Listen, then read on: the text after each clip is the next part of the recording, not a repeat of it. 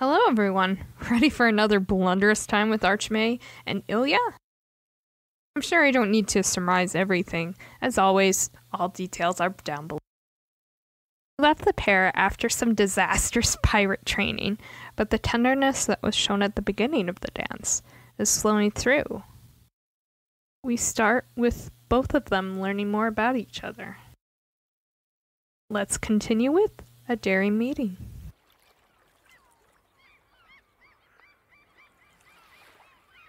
Hey, Lunk!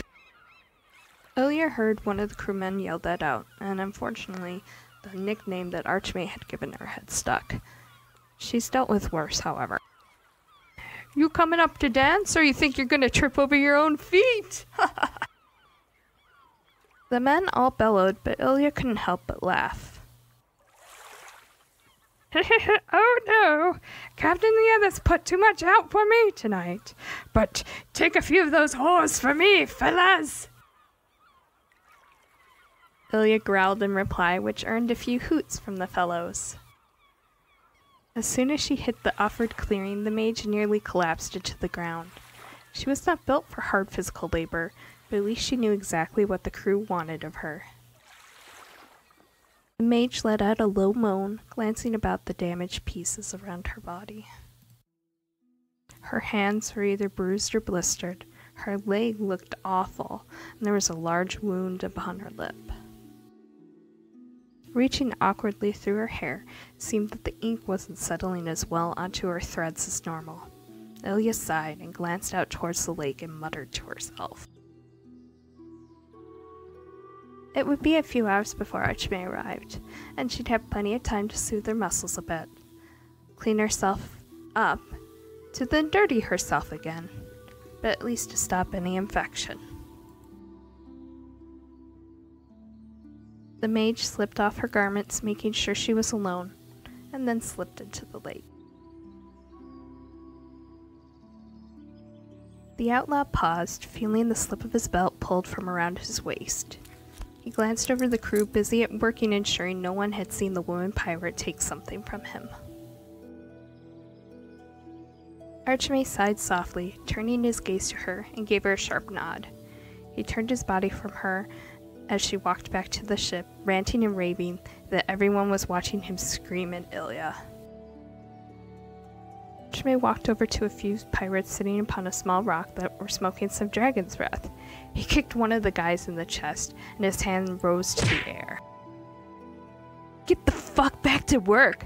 My business isn't your own! This form of attitude wasn't Archme's true nature. He was actually a soft-hearted, quiet man who kept to his own, but the fact of the matter was that a persona had to be upheld in order to hold the position. Any form of weakness that would show from the man would be met with resistance and perhaps death. The crew was always looking for ways to increase in rank. It meant good food, bedding, privileges, so considering the circumstances, Archme was putting a lot on the line for the mysterious woman. And she is so fucking annoying, he said loudly to himself. Archme was headed up to the dock to enter the boat. He needed to find a good place for the mage to sleep. He rolled his shoulder, walking up and over into the ship from the connecting drawbridge held by the rope. The mast held high, but the sails themselves were collapsed and stowed away, yet the sheer mass of them still blocked out the sun. He stomped his feet across the wooden deck and slowly started to calm down from the tension that had risen but a short while ago. He glanced over to the berthing master and spoke softly. Clear a bunk for a newcomer. I want it far away from the others. It's a special case. Archme reached into his pocket, pulling out a bag of gold, tossing it to the man. And it stays between us. Archme gave a nod, as did the berthing master. The sun was starting to set, and he had made a promise to make it back to the woman to feed her. She looked so frail and sickly. He'd seen men with scurvy that were out to sea for months that looked better than this one. Luckily, Archme had made friends with the officer of the gallery, so he was able to acquire some bread, chopped and cooked sunstrider meat, a small packet of sweets, and an extra canteen of fresh water. The man placed it all in a small package wrapped tightly and made his way off the ship. "Oi there!" Baron shouted loudly to Archme in a welcoming greeting. This wasn't a good time for the rogue. He wanted to get back to the woman as quickly as possible. She probably starved to death after he'd worked her so hard. "Oi, what say you, Varian?" Archme rolled his shoulder with a package in hand. "Nothing. A couple of us were heading back to the brothel.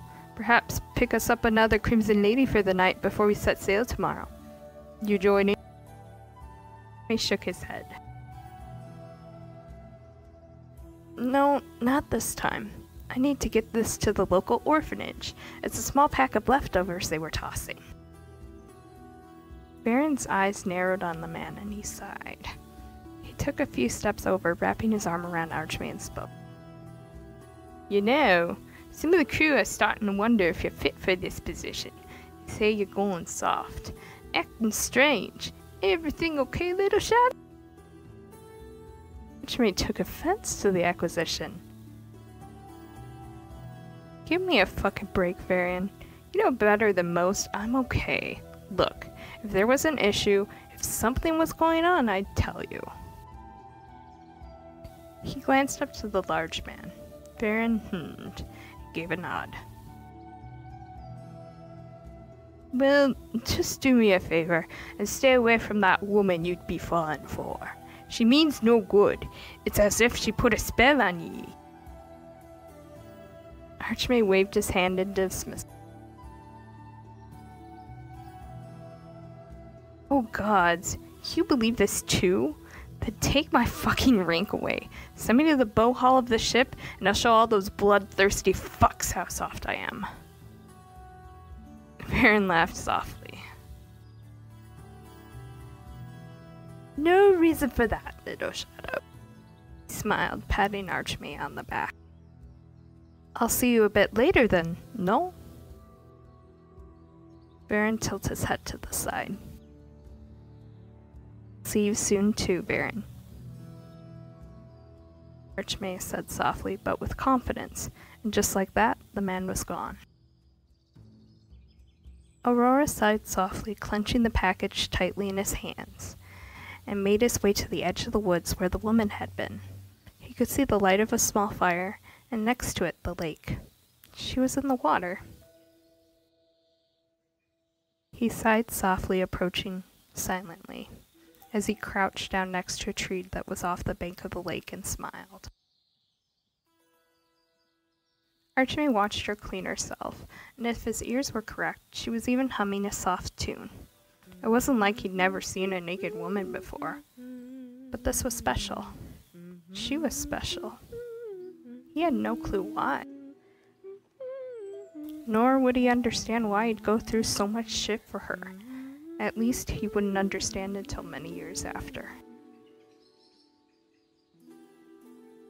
The water was welcoming despite what it usually meant for the mage at least.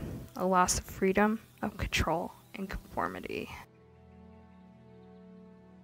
The small, fragile woman growled to herself as she ducked into the depths, feeling the cool droplets cling to all her sores, cleansing them.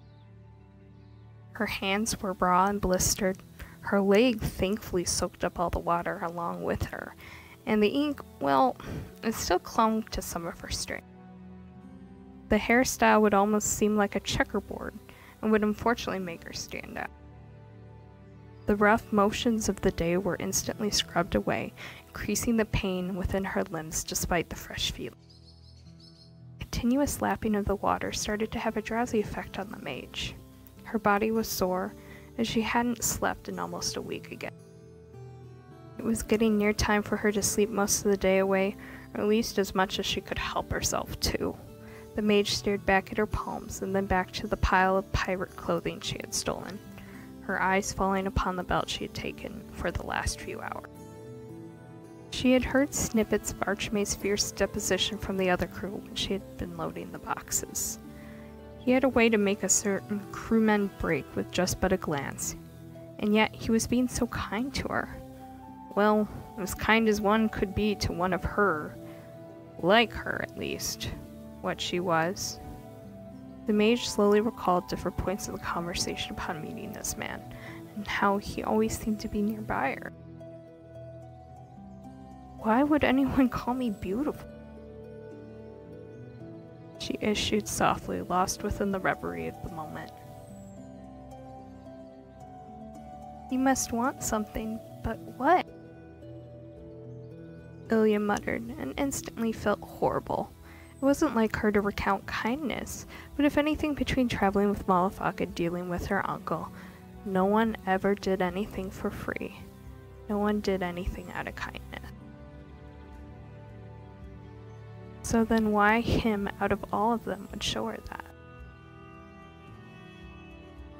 Ilyea was hesitant to ask, because Malafaka had always told her, you may not like the answer you receive. The woman was determined to at least find out about his kindness, maybe make a friend, or a contact. Someone more than what she was by her own two hands. If they were friends, she'd at least have to keep him from the warlock. Malafaka would certainly twist him against her because it had always been so easy. It was always really easy before. The mage's sight crossed over the scenery as she finished her task and succumbed a bit to her loneliness. Her thoughts drifted to her family and her mother's lullaby, and softly sang it amongst the reeds as she was finishing cleaning herself up. Something moved slightly in near one of the banks, and the mage tensed up as if waiting for an attack, her paranoia senses kicking into overdrive, but she paused as nothing seemed out of the ordinary. As far as she could see, at least. Anyone there? A question, covering up her nakedness with her arms as much as she was able. It would just be her luck. One bath out of a month would get a peeping Tom, but no matter. Her mana was back as much as a quick fireball to the eyes would deter anyone. Not like she had anything to look at. She was a faded reminder of what she used to be. Ilyea quickly slipped under the water, attempting to chase away the peeping Tom as she moved her way back to camp. Archme was sitting there as she came back, squeezing some of the water from her palms as it dripped against the dirt. I know it will make me smell less likely than them, but I had to stop some of my infection, the woman offered as she attempted to air dry next to the fireplace, her nakedness on display without any kind of shame as she sat upon the dirt. The question hung on her lips as she watched Archme do the kindly thing and not watch her in her birthday suit. Do you have any salves on you, just to stop whatever before we go traveling? Or any bandages? The belt is by the side near the pile. Thank you for letting me use it, by the way. Ilyea bit the bullet and simply asked in a tender way, as if expecting the worst news. Why are you helping me? Why are you being so kind to me? I'm sorry about earlier. Just used to people trying to take advantage of me. If that's the case, and you wish some magical expertise, I could gladly provide. Her honesty clear as she looked to the man. Night had quickly fell, and as he watched the woman bathe silently all by her lonesome, Archme sighed, lowering his head. Instead of continuing to watch her like some perverted sex fiend, Archme decided to head back to her small encampment and wait for the woman to return. In a bits of daze over the woman, he accidentally stepped upon a small stick, crackling it like thunder in a church. He quickly took in a deep breath, turning his head lightning fast. She was gone. She must have heard the man. Archme shook his head. Idiot, he said under his breath. The rogue ran over to the small encampment before she could see him, and took a seat. He clenched the package he had made for her tightly, sitting upon a log that was near the burning fire. The rogue turned his head, glancing around the area quietly, letting the cool breeze of the night blow over him.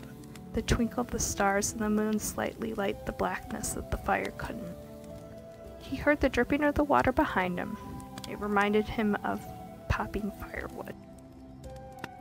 Her words came swift and direct. Archme turned his head, glancing up to the half-soaked, half-naked elf, and gave a nod. I put together a care package to ensure you're at least comfortable in the woods tonight.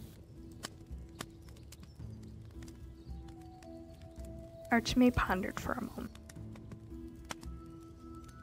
Not that you look like the type that worries of comfort. That showed true with the work he had given the woman.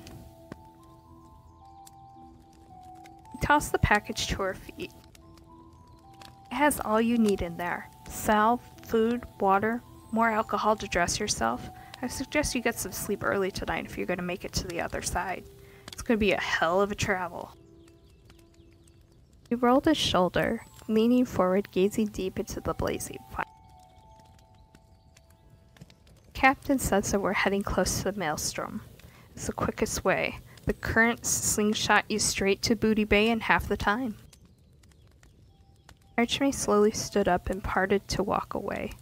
Pausing to her final question, he considered just walking away and leaving it at that, but he couldn't resist her plea for companionship, at least for the moment.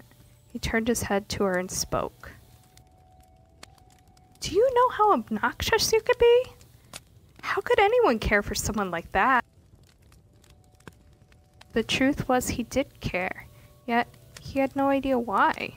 She was a nobody to him, a commoner to his eyes. He killed and slaughtered villages in his time for small things.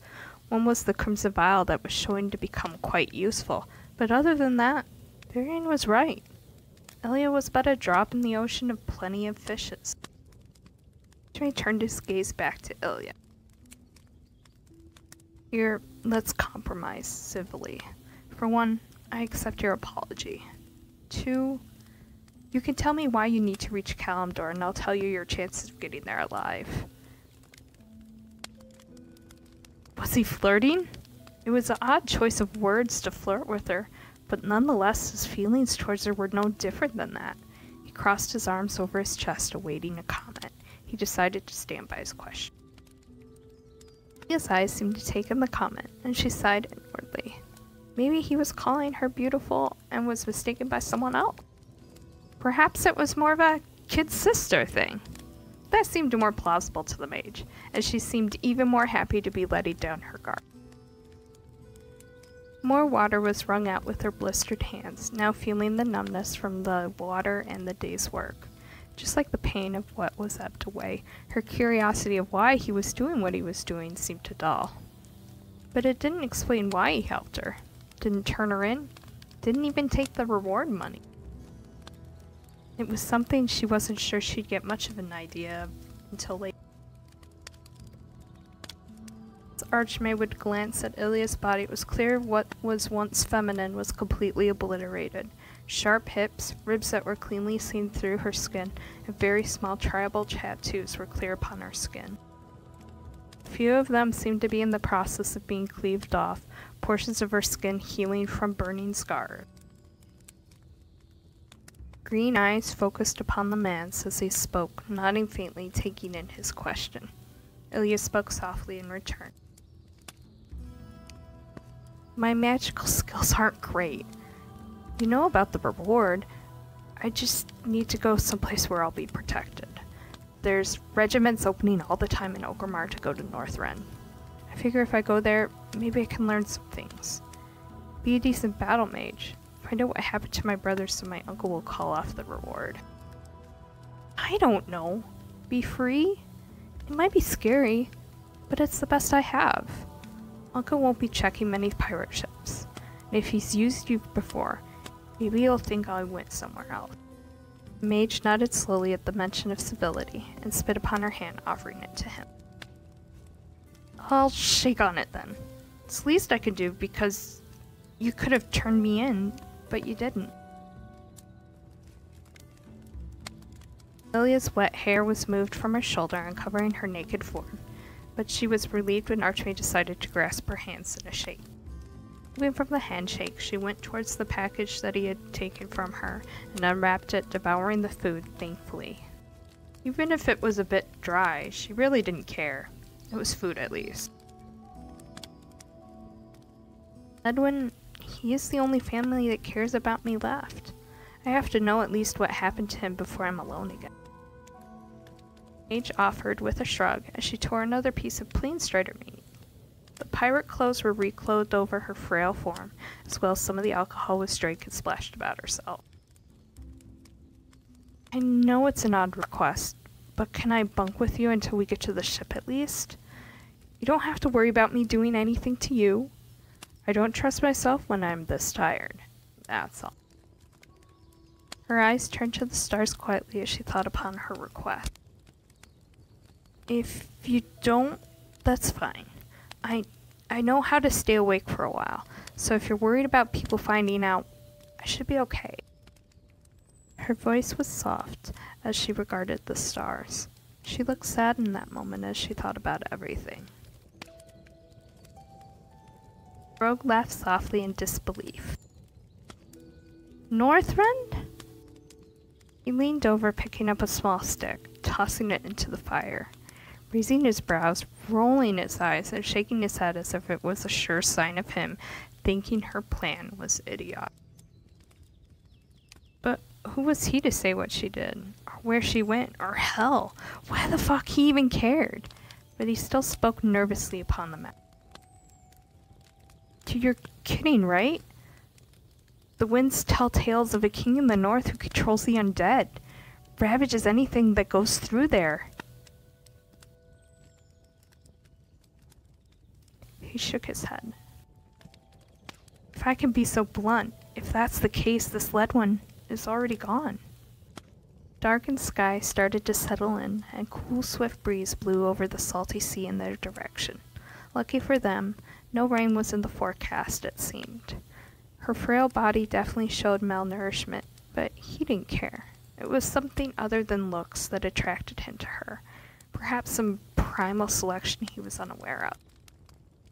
He gave a nod to the woman as she spit in her hand to create a truce. Her methods were a bit odd to him. Archme spoke soft. You know. He unsheathed his dagger, pointing the blade to her. Don't really understand the spitting.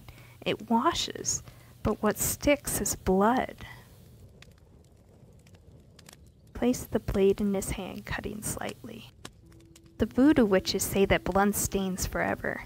The color may rinse, but the essence is eternal.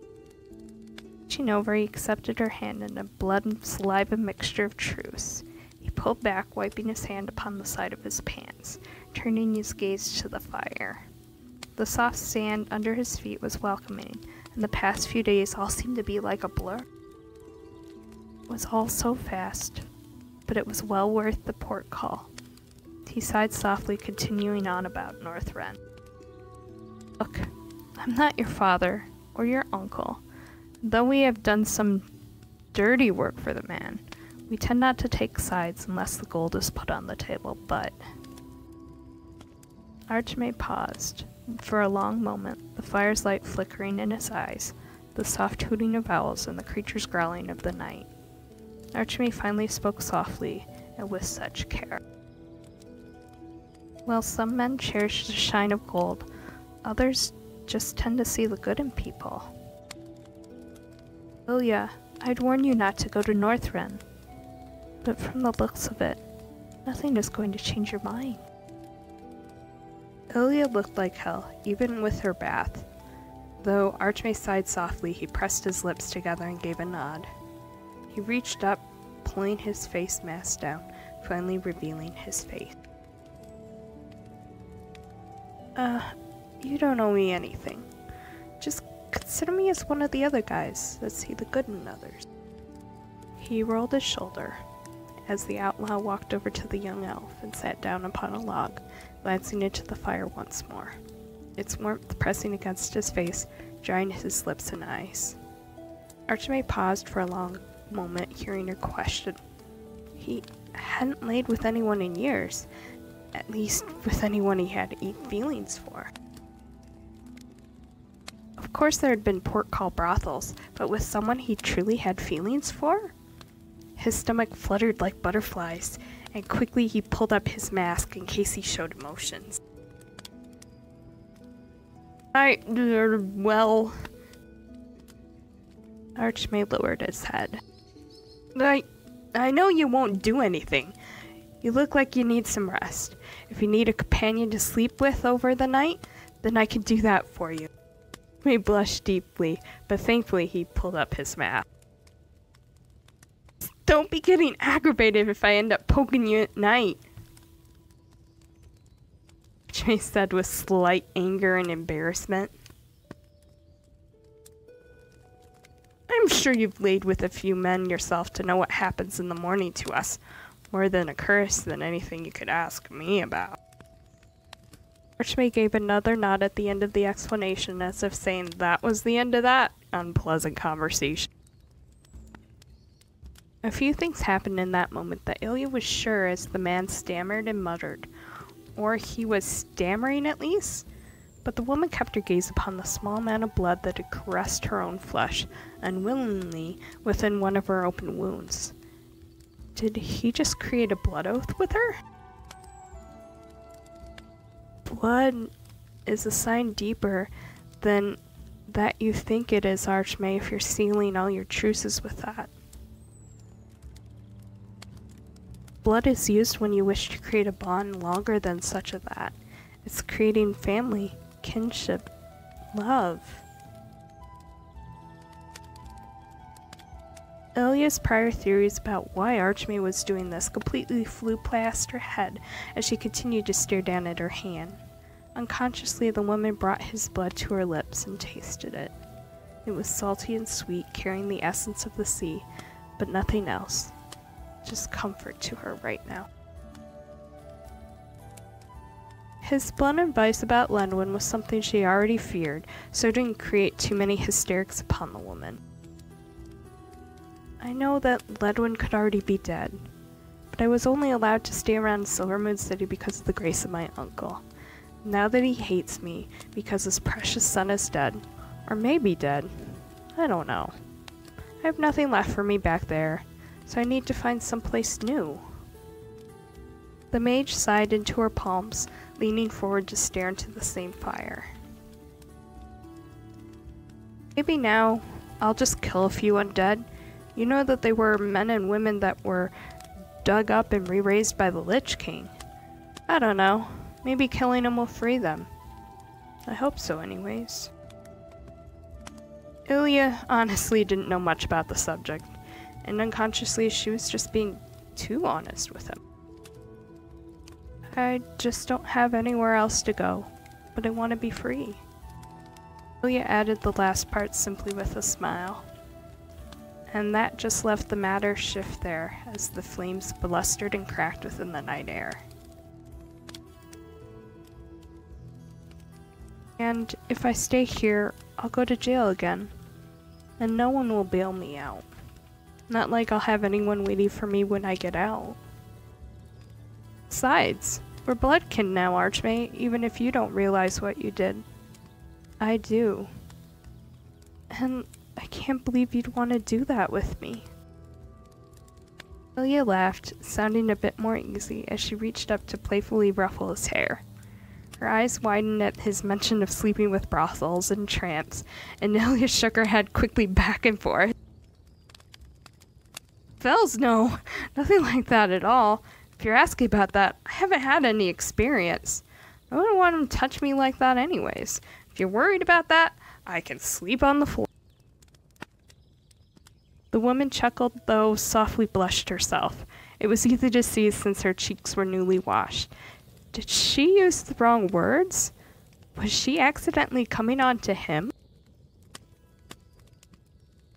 Ilyea knew she heard him say he really didn't care about her, so perhaps he was putting on a show for her. It wasn't a tricker after all. Archme had plenty of time to trick her, and hadn't done that. Hell, he even gave her a blood oath. The salve was produced and quickly pressed upon all her wounds, giving her an herbal scent along with the rum. The packaging the food was taken in was ripped into shreds and wrapped along her limbs.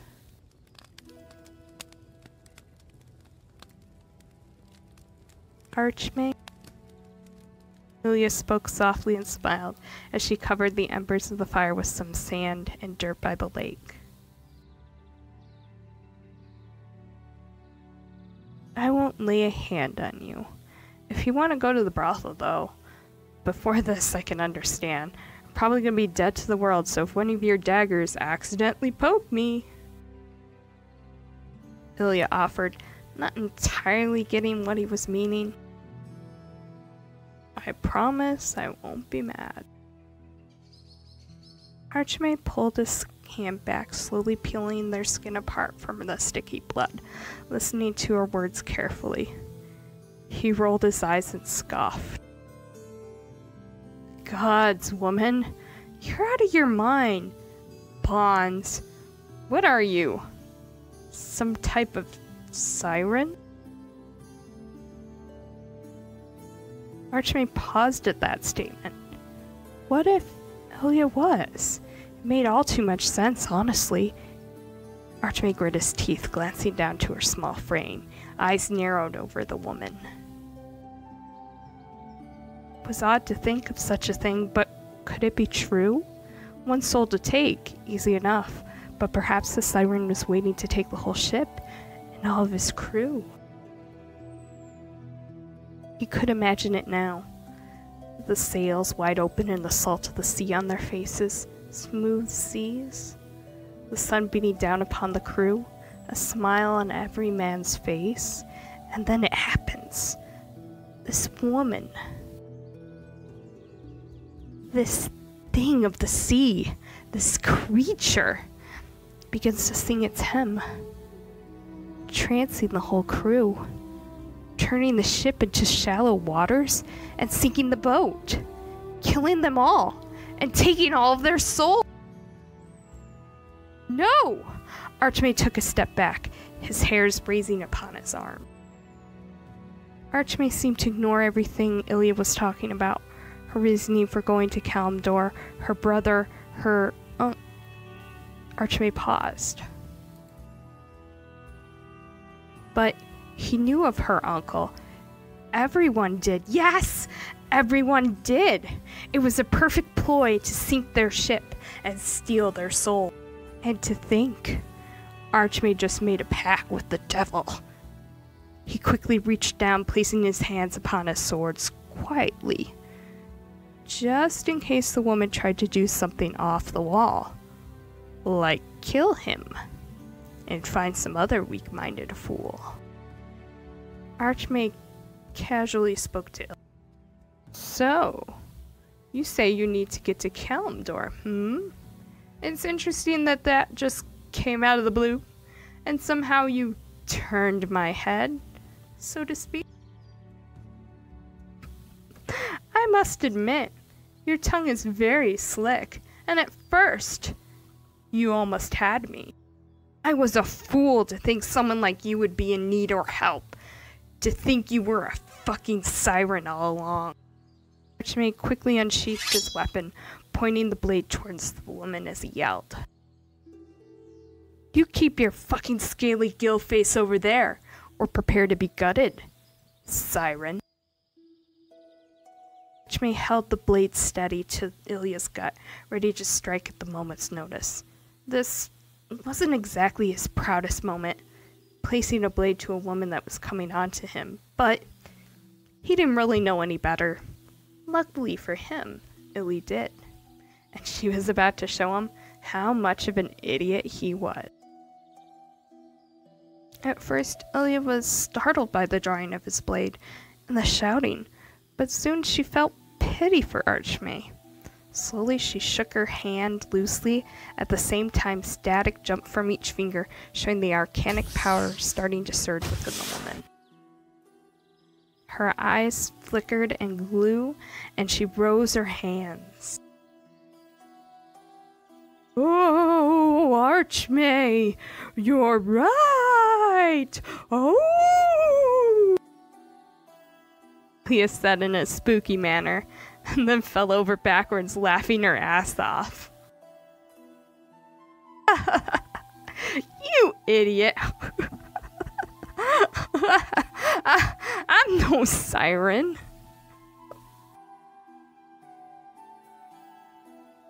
She couldn't help but cry. She was laughing so hard. Siren's true reflections are revealed through a mirror. Look at the reflection on your sword, jackass. Archme was taken aback by her laughter.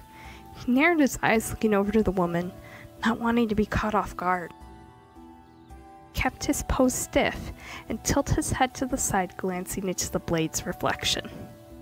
Unfortunately, all he could see was Ilyea laughing at him.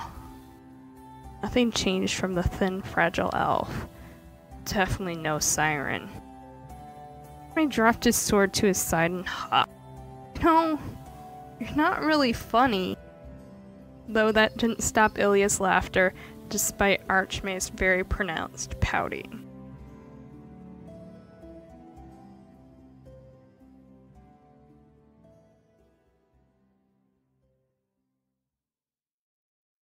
Either Archme is grasping at straws or unwilling to show how exactly Ilyea bewitched him. Must have been the bath. Either that, or the most powerful spells being cast between both of them. Love. Next time is the conclusion of a daring meeting and Chronicles' first season. Wow! Hard to believe that! We want to thank everyone that has contributed stories, and if you haven't heard yours this season, feel free to listen to the next. Please enjoy the song chosen at the end of this podcast. The details of such will be provided below. If you enjoy our work, feel free to subscribe to our YouTube section or sign up for the podcast in any one of our links below. Want to submit a story? There's a link down there as well. Let us know how we're doing. We'd love to hear from you. And like always, our time together is short, but with what little time we have, thank you for sharing it with us. Good night.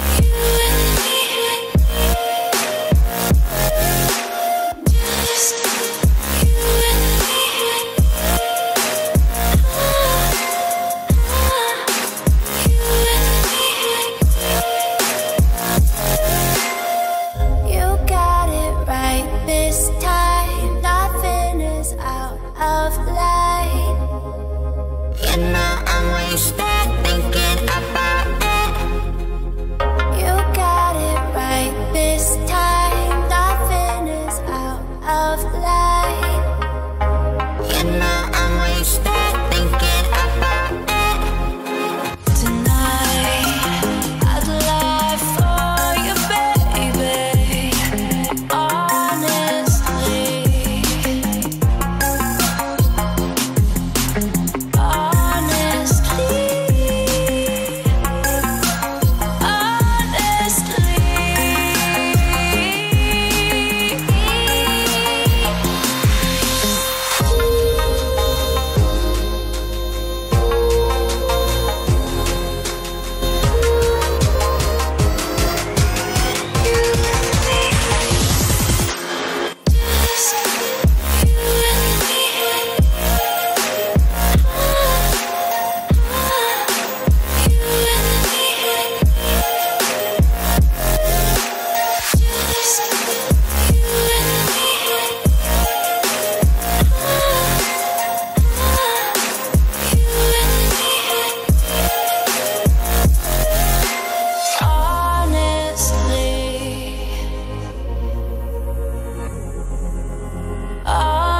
just leave.